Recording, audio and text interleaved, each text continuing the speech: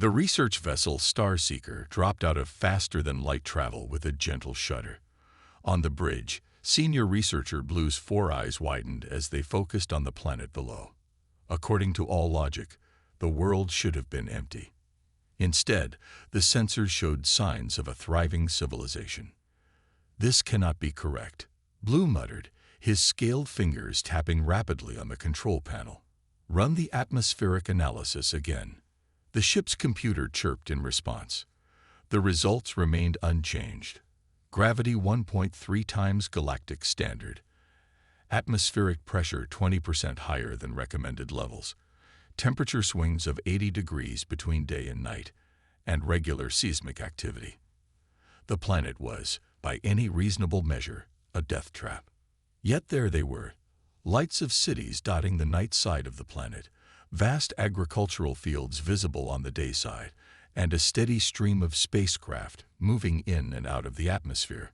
The computer classified it as a Class 12 death world, a designation that should have made it suitable only for the hardiest of microbial life. "Captain," Blue called out, "I believe we found them, the humans' newest colony." The captain, a tall figure with silver skin that rippled like mercury, moved to stand behind Blue's station. "Impossible. Our reports indicated they were expanding in this sector, but surely they wouldn't choose this world. There are 3 Garden-class planets in the neighboring systems." Before Blue could respond, a transmission cut through their confusion. The voice that came through was calm, friendly, and distinctly human. "Unidentified vessel, this is New Montana Control. You've entered controlled space. Please identify yourself and state your purpose." The captain nodded to Blue, who opened the communication channel. "This is the Galactic Council research vessel Starseeker. We are conducting a survey of expansion patterns in this sector. Request permission to approach and observe." There was a pause, then laughter came through the speakers. "Well, why didn't you say so? Welcome to New Montana. We don't get many council observers out here. Transmitting approach vectors now. Fair warning, we're expecting a Category 3 storm in about 6 hours, so you might want to land before that hits." Blue and the captain exchanged looks. A Category 3 storm on this world would tear apart most spacecraft. Yet the humans spoke of it as casually as one might mention a light breeze. Following the provided coordinates, the Starseeker descended through the atmosphere. The ship's hull creaked under the intense pressure, and the artificial gravity struggled to compensate for the planet's pull. Through the viewport, they watched a massive predator, easily twice the size of their ship, soar past on leathery wings. Their designated landing pad was part of a sprawling spaceport. Buildings made of local stone and reinforced metal stretched toward the purple-tinted sky. The structures were built low and sturdy, clearly designed to withstand the planet's frequent earthquakes. What amazed Blue most was the number of humans going about their daily lives. Children played in designated areas protected by energy shields, workers moved cargo using powered exoskeletons, and farmers in the distance tended to fields surrounded by electrified fences. As they completed their landing sequence, a delegation of humans approached the ship. None of them wore the full environmental suits that Blue had expected. Instead, they were dressed in simple clothing, with only small breathing filters covering their mouths. "This is impossible," Blue whispered, checking the external sensors again. The toxicity levels in the air alone should require full protection. The gravity should be crushing them. The predators should have wiped them out months ago. How are there more than 10 million of them living here? The captain watched as the human delegation waited patiently by the ship's main airlock. "Perhaps," the captain said slowly, "we have been asking the wrong questions. Instead of wondering how they survive here, we should be asking why they chose this place at all." Blue gathered his research materials, adding air filters to his protective suit. As the airlock cycled, he prepared himself for his first direct contact with humans. The doors opened, letting in a blast of hot, heavy air that made him grateful for his suit's support systems. The human leader stepped forward, smiling warmly. He was a sturdy-looking male with weather-worn skin. "Welcome to New Montana. I'm Governor Tom. Sorry about the weather. It's actually one of our nicer days. Would you folks like a tour? The underground gardens are particularly beautiful this time of year, and if we hurry, we can show you the mineral processing plants before the storm hits. Blue looked at his captain, then back at the humans who spoke of lethal conditions as if describing mild inconveniences. He had come seeking data on expansion patterns, but he suspected he was about to learn something far more interesting about humanity itself. Dr. Gray stood at the window of his temporary office, watching a group of human children playing in what they called a playground. The massive gravity of New Montana should have made such activity exhausting, if not impossible.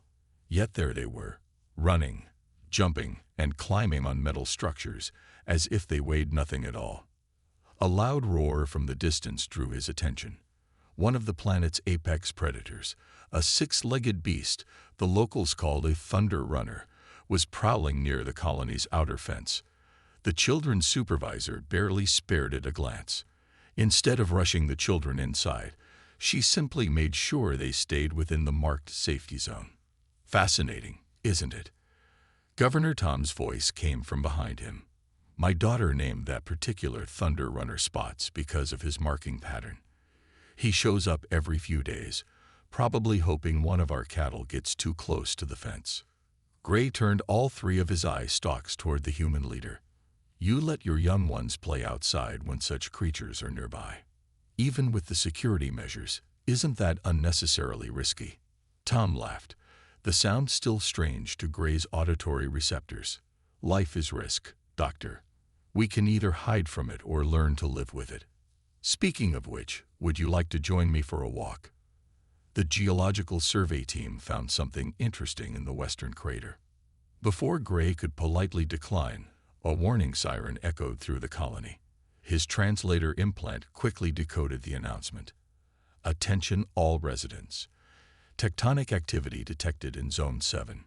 Magnitude 4.2 expected in approximately 3 minutes. Please follow standard procedures. Gray's appendages trembled in fear, but around him, the humans calmly began moving.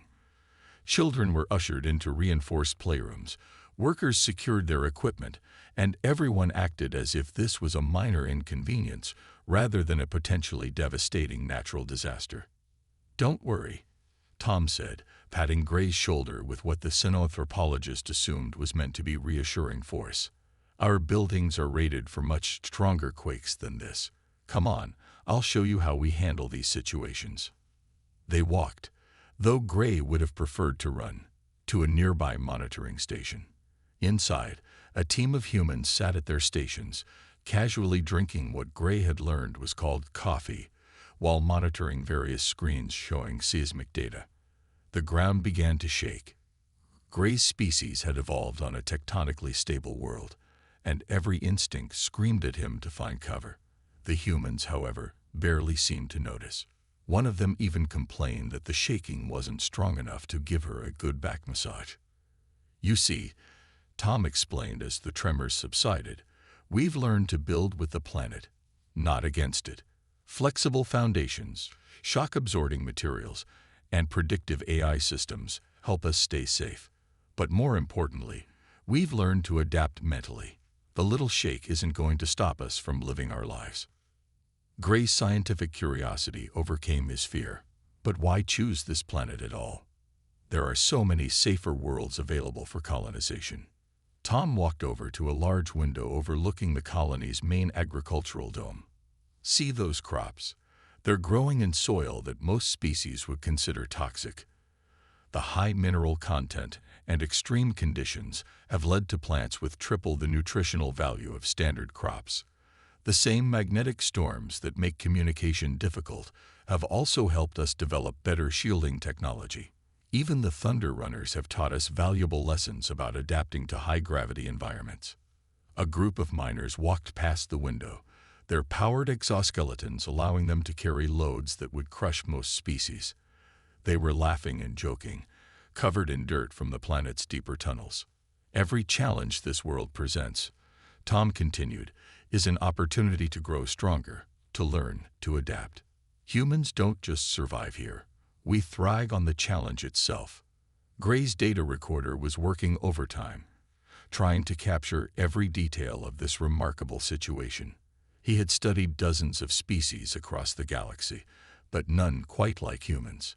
Most species sought out worlds that matched their evolutionary history. Humans, it seemed, sought out worlds that would push them to evolve further. Besides, Tom added with a grin, the sunset here is absolutely beautiful. Would you like to see it? The radiation levels are only mildly dangerous this time of day. Gray wasn't sure if the governor was joking, but he found himself agreeing anyway. After all, he was here to study humans in their chosen habitat, even if that habitat seemed determined to kill them all. As they walked toward the observation deck, another thought struck him. Perhaps it wasn't the humans who were strange for living here, but rather the rest of the galaxy that was strange for avoiding such challenges. The main chamber of the Galactic Council buzzed with nervous energy as delegates from 30 different species gathered to discuss the human question. Holographic displays showed dozens of worlds that humans had colonized in the past 50 years. Every single one was classified as a death world. Senior researcher Blue stood at the center platform, his scale slightly paler than usual under the harsh lights. As you can see from the data, humans have bypassed 17 Garden-class worlds in favor of establishing colonies on planets that we previously considered uninhabitable. But what's even more remarkable is their success rate. The displays shifted to show colony survival statistics. While most species had a 40% failure rate even on suitable worlds, human colonies showed a 93% success rate on worlds that should have killed them within weeks. We've been approaching this puzzle from the wrong direction, Blue continued, bringing up a new image. Earth. This is their homeworld. Our initial surveys classified it as myth or error because surely no intelligent species could evolve on a Class 10 death world. We were wrong. The chamber erupted in murmurs. A delegate from a low-gravity species raised a delicate tendril. Explain these classifications. What makes their homeworld so dangerous? Blue touched his control panel, and the display zoomed in on Earth's details. Their planet has extreme temperature variations, from -60 to +50 degrees in their measurement scale. Regular tectonic activity, thousands of venomous species, massive predators, constant warfare between their own people, diseases that evolve faster than most species can develop cures. And yet, the display shifted to show humans engaging in various activities, swimming in oceans full of predators, climbing frozen mountains, racing vehicles at deadly speeds, exploring deep caves, and even jumping from high places for entertainment. They call it fun, Blue said, his voice carrying a mix of horror and admiration. They seek out these dangers voluntarily. Even their entertainment involves simulated danger and challenge. Dr. Gray stepped forward next, his research from New Montana adding to the growing picture. What we're seeing isn't just survival, it's deliberate choice. Humans don't merely adapt to harsh conditions, they actively seek them out. They have a saying, growth comes from adversity. The display showed a human settlement during one of New Montana's fierce storms. While other species would have hidden underground, humans had developed special vehicles to drive into the storms, studying them, measuring them, even using their power to generate energy. Their children, Gray continued, are taught from an early age to face challenges head-on. They have games and sports designed specifically to push their limits. When they succeed, they immediately look for greater challenges. An older council member raised his crystalline form. This poses a significant security concern, a species that thrives on worlds we can barely survive on. Blue interrupted respectfully. With all due respect, that's another misconception we need to address. Humans don't just survive on these worlds, they improve them. Look at their terraforming projects. The display showed before and after images of several colonies, barren wastelands transformed into functioning ecosystems, toxic atmospheres gradually cleaned, dangerous predators either tamed or contained in specially designed preservation areas. They call it gardening, Gray added. Even on worlds that actively try to kill them, they attempt to create beauty. They plant flowers in zones we marked as uninhabitable. They build parks in the shadow of active volcanoes. They see potential where we see only danger. A final display showed a recent discovery. Human colonies were starting to share their adaptation techniques with other species. They had developed technologies and methods that allowed even the most environmentally sensitive races to survive on worlds they previously couldn't approach. The question before us, Blue concluded, isn't whether to restrict human expansion. The question is, what can we learn from them? Their drive to face and overcome challenges doesn't just benefit their species, it could revolutionize how all of us approach colonization and survival. The chamber fell silent as the council members processed this information. On the main display, a simple earth flower bloomed in the harsh soil of a Deathworld, a perfect symbol of humanity's unique approach to adversity. They didn't just survive challenges. They bloomed because of them. Captain Red paced the secure briefing room of the Galactic Defense Force headquarters, his metallic feet clicking against the polished floor. The holographic displays around him showed every human colony established in the past 50 years, each one a bright point of light on worlds that should have been impossible to inhabit. "Look at the pattern," he said, addressing the gathered military leaders. "They're not just surviving on these Deathworlds. They're creating networks of them. Each colony is positioned near major trade routes, resource-rich systems, or strategic choke points." An admiral raised her crystalline appendage. "Are you suggesting the humans are planning something hostile?" Red stopped pacing and zoomed in on the New Montana colony. "Consider this. They've developed technologies to survive extreme gravity, toxic atmospheres, and devastating storms. Their children play in conditions that would kill our strongest soldiers. Every colony is a potential fortress that we couldn't assault even if we wanted to." The room's atmosphere grew tense as the implications sank in. A species that could thrive in environments that would kill most others would be nearly impossible to contain if they turned aggressive. Before the fear could spread further, Dr. Gray burst into the room, his research data crystals glowing urgently. "Captain, you're looking at this all wrong. I spent months among the humans. They're not building fortresses. They're building bridges." Red's security officers moved to remove the scientist, but the Admiral waved them back. "Explain yourself, Doctor." Gray connected his data crystals to the display system. The threatening red dots marking human colonies transformed into a web of trade routes, rescue stations, and scientific outposts. The humans aren't preparing for war. They're preparing to help us expand. Look at these new colony proposals. The display showed plans for joint colonies where humans would help other species adapt to worlds they previously couldn't inhabit. They were freely sharing their environmental adaptation technologies, their gravity compensation systems, and their terraforming techniques. But their military capabilities, Red started to argue, are impressive. Gray interrupted, because they had to be. "Do you know what they call most of their military operations? Search and rescue, disaster relief, humanitarian aid. Yes, they can survive conditions that would kill us. They use that ability to save lives, not take them." The display shifted to footage from a recent cosmic disaster. A solar flare had struck an alien mining colony on a marginal world. While other ships couldn't approach due to the radiation, human rescue vessels pushed through the deadly storm to evacuate the miners. "They lost 3 ships in that rescue," Gray continued. "The crews knew the risks. They went anyway. That's what you're not understanding about humans. They don't overcome deadly conditions because they want to be powerful. They do it because they can't stand the thought of not helping when they know they might succeed." Red stared at the display, his military training warring with the evidence before him.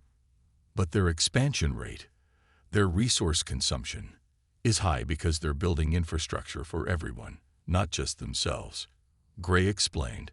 He brought up images of human medical facilities treating species from across the galaxy, research stations studying dangerous phenomena so others wouldn't have to, and training centers where humans taught other species how to survive in harsh conditions.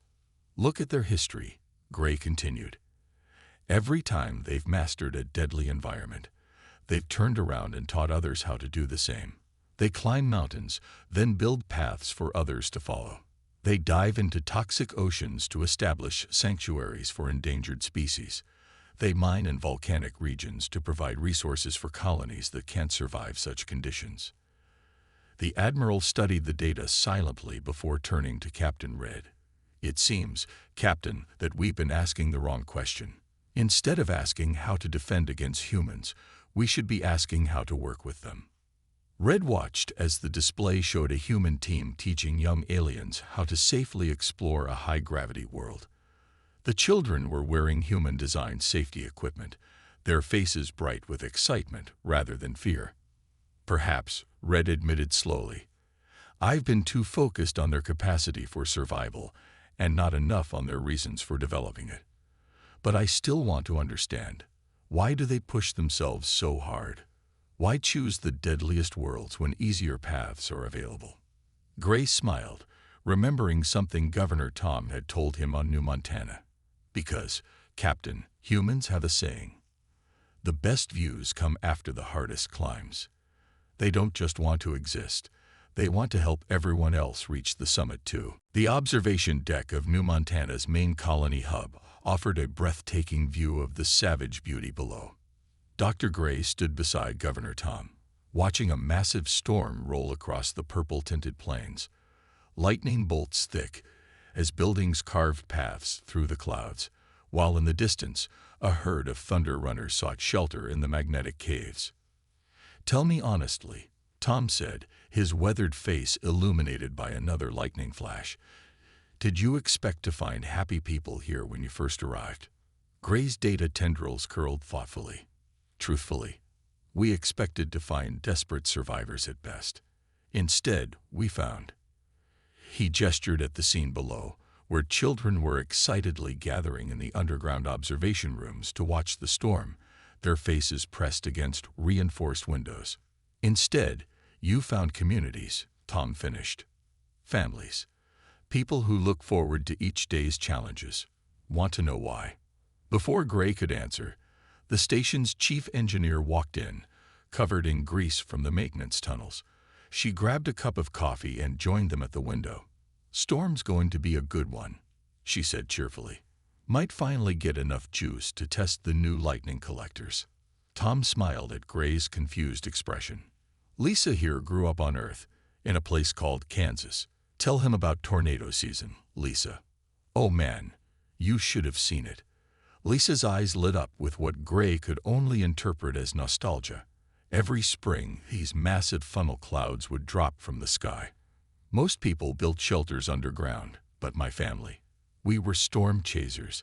Got our first good footage when I was 12. You chased storms. Deliberately. Gray's translator struggled to make sense of the concept. Best days of my life, Lisa confirmed. That's why I signed up for New Montana. Earth was getting too predictable. Needed a new challenge. She finished her coffee and headed back to the maintenance bay, humming despite the thunder that shook the building. Tom watched her go.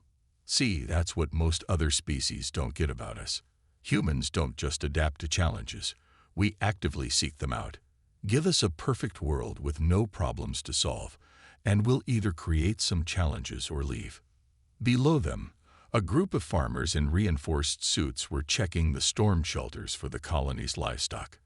The massive animals, originally from Earth and bred for the high gravity, were being led into protected enclosures. The farmers moved with practiced efficiency, calling to each other over the howling wind. Take Matt down there, Tom continued. Used to be an accountant on Earth, came here because he was tired of sitting in an office.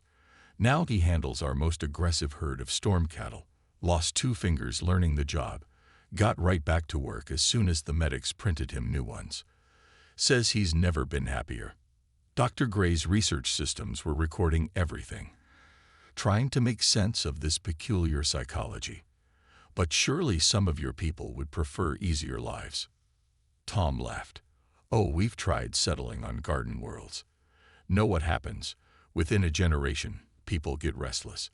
They start looking for ways to make things more interesting, create artificial challenges. Sometimes they even make the planet more dangerous on purpose, just to have something to work against.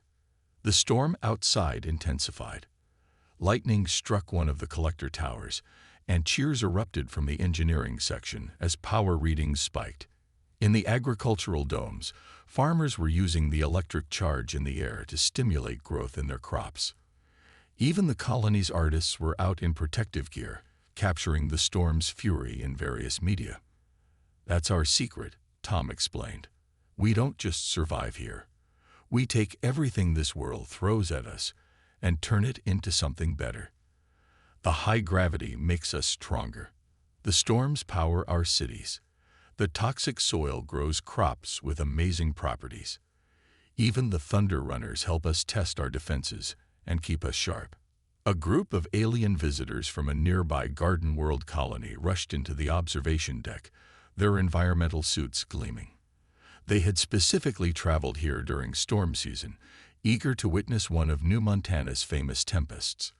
Their guide, a human teenager, was enthusiastically explaining the different types of lightning they might see. "Look there," Tom pointed. 5 years ago, those folks wouldn't have dreamed of visiting a world like this. Now they're here as tourists.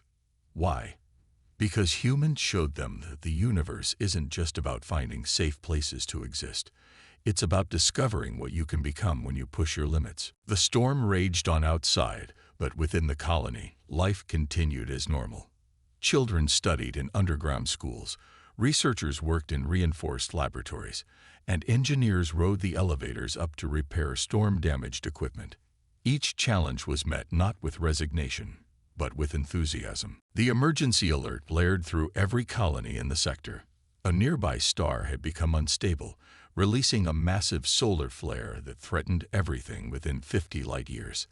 The Galactic Council's evacuation order was immediate and absolute. All colonies in the affected systems were to be abandoned. In the New Montana control room, Governor Tom stared at the incoming data. The radiation wave would hit their system in less than 20 hours. Around him, other human colony leaders appeared on emergency channels, their faces grim but determined. "The Council says evacuation is impossible for most colonies in the time we have," one of them reported. "Their ships can't handle the increasing radiation levels. We're looking at over 30,000 people trapped in various stations and colonies." Dr. Gray, who had stayed on New Montana to complete his research, watched the humans' reaction carefully. To his surprise, none of them showed fear. Instead, they began coordinating with an efficiency that spoke of long practice. "New Montana has the strongest radiation shielding in the sector," Tom announced. "Our storm bunkers can be converted to radiation shelters. How many can each colony get out on their own?" The numbers weren't good. Most species' ships wouldn't function in the approaching radiation storm. Their technology, designed for optimal conditions, wasn't built to handle this level of cosmic violence. "Then we go get them," Tom said simply. The other human leaders nodded as if this was the most natural response to an impossible situation. "Launch every ship we've got. Plot courses to each colony. Priority to the ones with the weakest shielding." The next hours were a blur of activity. Human ships, built to withstand the brutal conditions of their chosen worlds, launched into increasingly hostile space. Their hulls, designed to survive New Montana's storms, were quickly modified to deflect radiation. Dr. Gray watched in amazement as the humans worked. They didn't debate whether to help. They simply calculated the fastest way to do it. Engineers pushed their ships beyond safety limits. Pilots navigated through radiation that scrambled their instruments, and medical teams prepared to treat radiation exposure from a dozen different species. "This is why we build on Deathworlds," Tom explained as they converted a mining facility into an emergency shelter. "Everything we learn about surviving here, we can use to help others survive anywhere." The radiation levels climbed. The first ships returned, loaded with evacuees from the most vulnerable colonies. The rescued aliens were shocked to see their human rescuers immediately turn around and head back out. Traditional rescue doctrine called for maximum rest between missions. The humans ignored these guidelines, drinking stimulants and taking radiation meds so they could keep flying. In the shelter control room, a young human engineer worked to adapt the air filtration for different species' needs. When someone pointed out that the radiation exposure in the maintenance tunnels could be lethal, she just shrugged. Better me than them. I grew up in a radiation-heavy mining colony. I can handle another few rads. Hour 16 brought the first ship losses.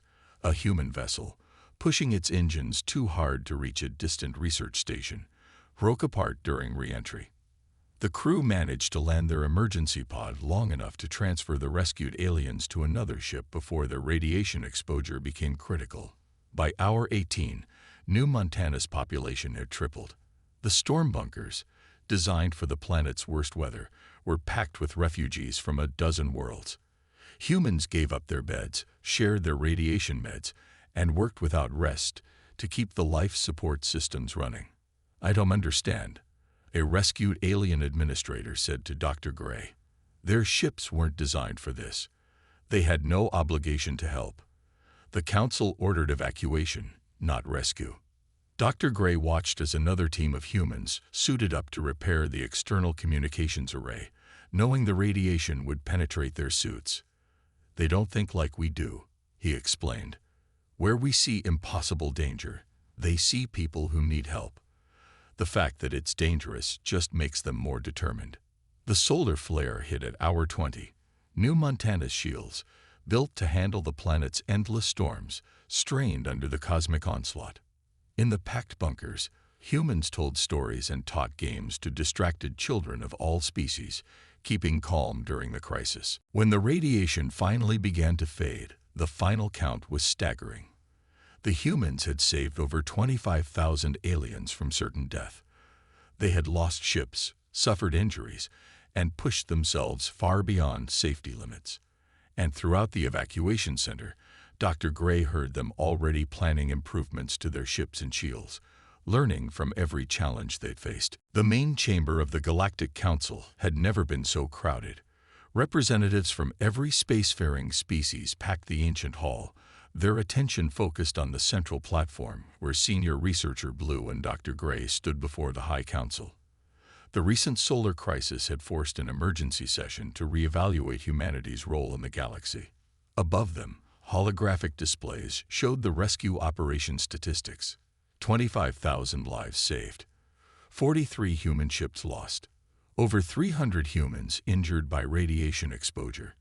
And yet, in the aftermath, human colonies were already expanding their rescue capabilities, building bigger shelters, and developing better radiation shielding. "We have been fools," Blue began, his scales shimming with emotion. "We've spent decades questioning why humans choose to live on Deathworlds. We should have been asking what we could learn from them instead."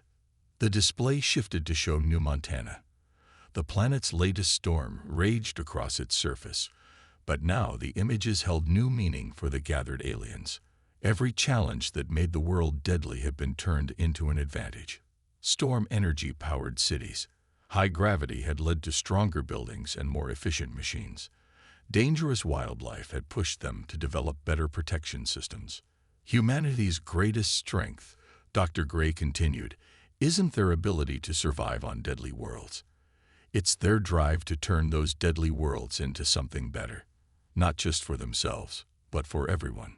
The council chamber screens filled with new images, human training centers teaching other species how to survive in harsh conditions, joint colony projects where humans helped others settle on previously uninhabitable worlds, and research stations where human scientists worked to understand the galaxy's most dangerous phenomena. An elder council member rose. "We have received thousands of testimonies from the rescued colonies. Not one human settlement asked for payment or political favor in exchange for their help. They simply saw people in danger and acted." Captain Red stepped forward next, his previous suspicions replaced with respect. "The Defense Force's analysis is complete. Humans don't choose Deathworlds to build fortresses or gain tactical advantages. They choose them because that's where they're needed most. Every human colony has become a potential sanctuary for others in crisis. The displays showed the aftermath of the solar flare. Rescued aliens of all species had been welcomed into human colonies. Many were choosing to stay, learning from humans how to adapt to challenges rather than avoid them. New Montana's population now included permanent residents from 15 different species, all learning to see opportunity where they once saw only danger. Therefore, Blue announced, "We propose a new classification for humanity. Not as Deathworlders, but as universal adapters. Their colonies will be designated as advanced training centers, and we recommend establishing joint programs to share their adaptation techniques across the galaxy." In the observation gallery, Governor Tom sat with a group of human colony leaders. They watched as species that had once feared them now debated how best to learn from them. A small alien child, one of the solar flare refugees, sat on Tom's lap, completely unafraid of the human who had personally flown through lethal radiation to save her family. The mystery of why humans choose Deathworlds, Dr. Gray concluded, isn't really a mystery at all. They choose these worlds because that's where they can do the most good. Every challenge they overcome becomes knowledge they can share. Every danger they face teaches them new ways to protect others. They don't just survive in harsh conditions. They transform those conditions into opportunities for everyone. The council's vote was unanimous. Human colonies would no longer be viewed with suspicion or concern. Instead, they would become centers of learning where other species could discover their own untapped potential. The term Deathworld itself was retired, replaced with Challenge World, a designation that acknowledged both the dangers and the opportunities such planets presented.